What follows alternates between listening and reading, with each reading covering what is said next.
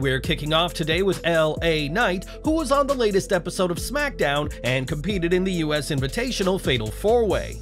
Even after predictions of him winning Money in the Bank were wrong, fans considered Knight a favorite to win the Invitational, but WWE, once again, had other ideas. On Smackdown, Knight competed against Sheamus, Rey Mysterio, and Cameron Grimes, and despite being one of WWE's most popular stars right now, LA didn't advance to the next round.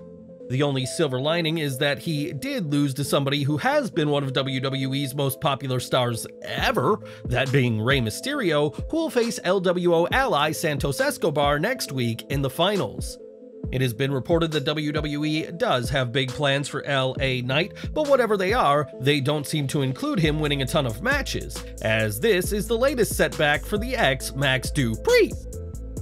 BWE, the proven WWE insider, said that a full push for Knight will begin after SummerSlam, so whatever WWE has in store, it won't be on TV until after August 5th.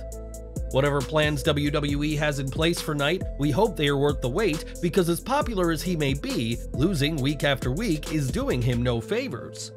All we know right now is that Knight won't be the one to challenge Austin Theory, and this decision has hardly gone down well with the WWE Universe. On Twitter, fans made their views clear, with one calling this the incorrect decision, while another went as far as to say they're not watching SmackDown anymore because of Knight's defeat. One person found it crazy that Knight won't be competing at SummerSlam, where the US title match is expected to take place, given how popular he is with the fans right now. Interestingly, Sheamus, who also came up short in the Fatal 4-Way, had a tweet of his own, as he said there were a lot of "yeah bots" in the arena, mocking the fan movement behind Knight. After losing at Money in the Bank and losing in this US title invitational, it remains to be seen what's in Knight's future. But what do you make to his loss on SmackDown? Sound off in the comments. More from Smackdown now, and while Drew McIntyre may have made his return to Raw only a few weeks ago, that didn't stop him from competing for the Blue brand this week. After Smackdown went off the air, McIntyre made his presence felt in a dark match and got a monumental victory over Imperium's Ludwig Kaiser. McIntyre returned at Money in the Bank with his sights set on Gunther's Intercontinental Championship, and defeating Kaiser has only given Drew momentum as he prepares for the Austrian. Gunther is a little over a month away from breaking the record for the longest reign as Intercontinental Champion, something Drew hopes to thwart, and his win after this week's SmackDown could be a sign of what's to come. SmackDown also saw Dominik Mysterio in action, and after winning the NXT North American title this week, was unsurprisingly very full of himself. Not only was Mysterio on SmackDown, but he had his first title defense, as the Judgment Day star successfully retained against an NXT alum in Botch. This match came about thanks to Shawn Michaels, as the head of NXT was backstage at SmackDown, and Mysterio did have Rhea Ripley and Pretty Deadly try and interfere on his behalf.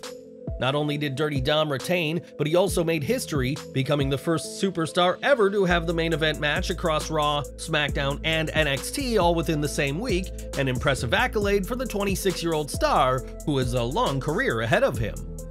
WWE is very pleased with what the Judgment Day and Dominik have been doing, with the belief backstage that this group is a successor to the Bloodline when it comes to longevity.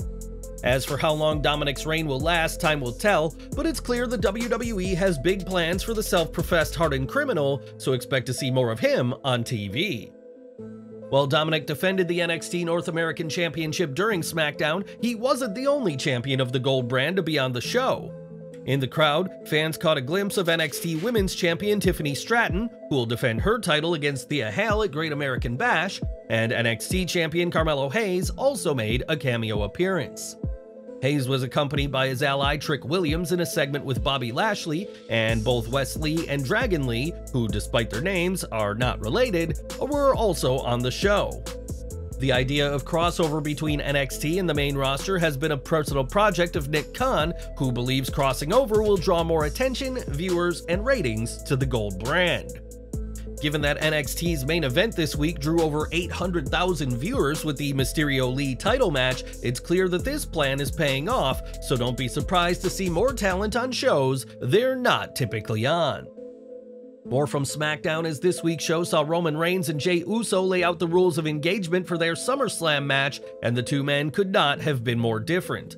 While Reigns was cool, calm, and collected, Jay was firing on all cylinders as he shared what was on his mind and declared that he and Reigns will clash in a tribal combat match.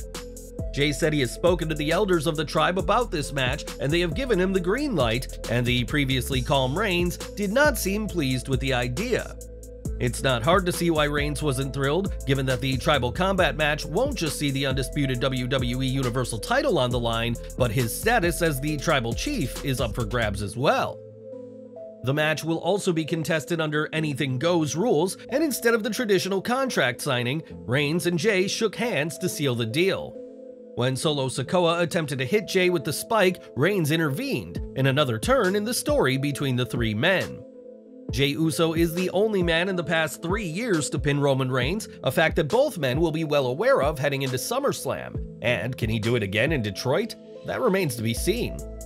Prior to this week's Smackdown, several changes were made to the scheduled plans for the show, but in a rare moment, these changes had nothing to do with Vince McMahon. Instead, PW Insider reports that medical reasons led to changes this week, but it's unclear as to what medical issue caused multiple changes. What we do know is that Io Sky was supposed to face Zelina Vega on SmackDown, but the show instead saw Charlotte Flair face Sky instead before being attacked by Asuka. The unconfirmed rumor is that a positive COVID-19 test resulted in Vega being pulled, but we should stress that there has not been any confirmation as to this being the reason. Whatever the case may be, Vega was nowhere to be seen during this week's SmackDown, and whatever medical issue that kept her from the show, we are wishing her a speedy recovery.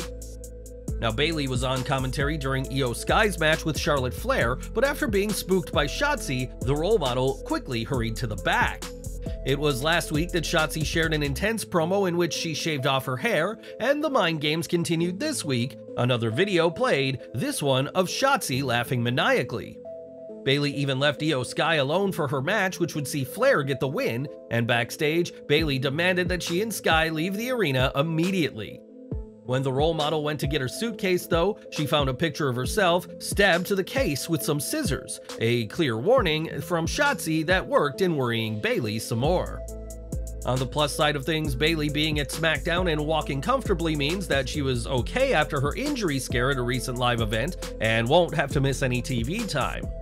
Bayley's legs certainly worked well enough to see her swiftly exit the arena, as whatever Shotzi had planned for the Damage Control member, Bayley wasn't going to stick around at SmackDown and find out. Whether fans like her or not, there's no denying that Charlotte Flair is incredibly talented in the ring, which is why it is so surprising to see a botch in her match with Io Sky. As we mentioned, Flair was the last-minute replacement for Zelina Vega, which may explain the botch as she wasn't fully prepared for the match. The botch in question took place when Io Sky hit a Hurricane Rana outside of the ring, but Flair failed to take the move cleanly and jumped off herself in quite the awkward segment. Despite this, Flair got the win, and alongside Bianca Belair, will challenge Asuka at SummerSlam in a couple of weeks, where she'll no doubt hope to avoid a similar botch as we all saw this week. Each week, AEW produces hours of content watched around the world, but not every match the company films makes it to air. Like other promotions, AEW has dark matches at TV tapings to warm up the crowd and get them excited, but these unaired matches may not be staying unaired for much longer. Sean Ross Sapp of Fightful Select reports that AEW has started taping matches, and in some instances, has even been providing commentary for the bouts before AEW Dynamite. Nothing has been confirmed as of yet, but these actions certainly imply that AEW plans for these matches to be broadcast in some capacity, either on TV or more likely online. AEW did have Dark and Dark Elevation, which would allow stars lower down on the card to get the chance to showcase their skills, but these were nixed ahead of the launch of AEW Collision. These shows were cancelled as Warner Media wanted to be the exclusive home of new AEW content, but we'll have to see what happens to these dark matches, which are getting a lot of interest. And we're ending with Rhea Ripley, who may be a heel on TV, but this week took to Twitter to speak out against bullying and how people try to avoid responsibility. In a tweet, Ripley hit out at those who bully others while claiming that they're just making funny comments, and Ripley knows firsthand how hurtful comments online can be. Ripley often faces hurtful comments about her appearance by trolls who claim they're just joking around, and we can only hope that some people reflect on their comments and the damage they can do. Did WWE accidentally reveal major clue about Uncle Howdy's identity? Please check our previous video by clicking on the end screen or check the description, and once again, thanks for watching.